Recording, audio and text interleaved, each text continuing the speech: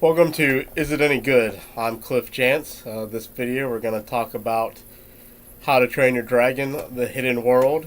I'm going to start off by saying how I've been a fan of these movies since I saw the first one back in 2010. I consider that to be one of the greatest 3D movies I've ever seen in a theater. So one time I felt like I actually got my money's worth. Well, that and Avatar. Only How to Train Your Dragon actually has a story that holds up when you watch it on a regular TV. But I look forward to this one since I found out they were making it. I was a little worried about how they would end this series. After the Dark Knight trilogy, that kind of ended on a dud for me. Lost ended horribly for me. But so I was a little worried about how they would end this one, but I'll let you know what I thought about that a little bit later in the video. The plot of this one, it takes place exactly 1 year after the events of the second movie. Hiccup is chief of Burke, and they discover a new villain named Grimmel, who wants to kill Toothless and take all the dragons for the rest of these people that are creating a dragon army. So Hiccup must come up with a plan to save both Toothless and his village. That's all I'll really tell you about that without getting into any spoilers. Excuse me.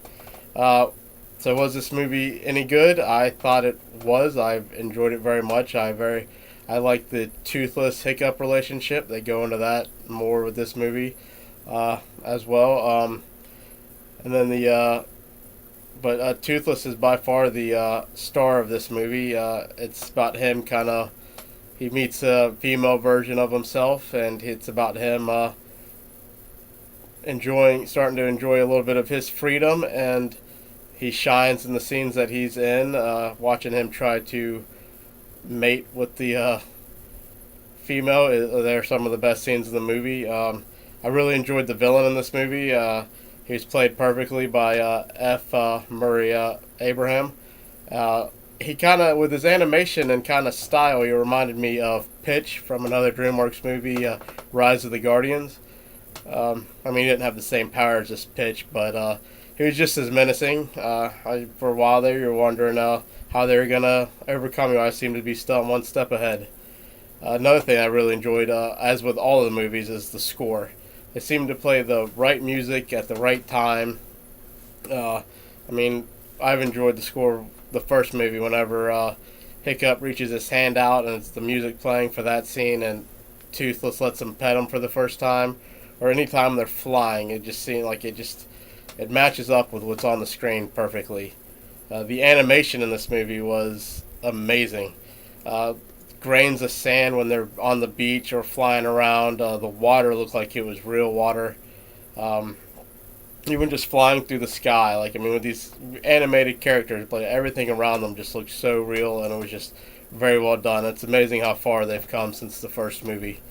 The one thing I did not like about this movie was that there was no T.J. Miller. He plays one of the twins, Roughnut, I believe. They replaced him with another actor, but they gave this actor more lines, and he just didn't seem to bring the character. He didn't seem to embody the character as well as T.J. Miller did, so that was a little off-putting for me. But it's nothing major. I still really enjoyed this movie. Was this ending for this a good ending for this trilogy? I thought so. I enjoyed when it got to that end point. You just knew it was happening. It was it kind of pulled at your feelings a little bit, but I thought it was a very well done ending. It wrapped up this series very well, and I left the theater feeling very satisfied with the way this ended, and I was happy it did. But that's it for my thoughts on How to Train Your Dragon: The Hidden World. Comment below, let me know what you guys thought. Please like and subscribe to the channel.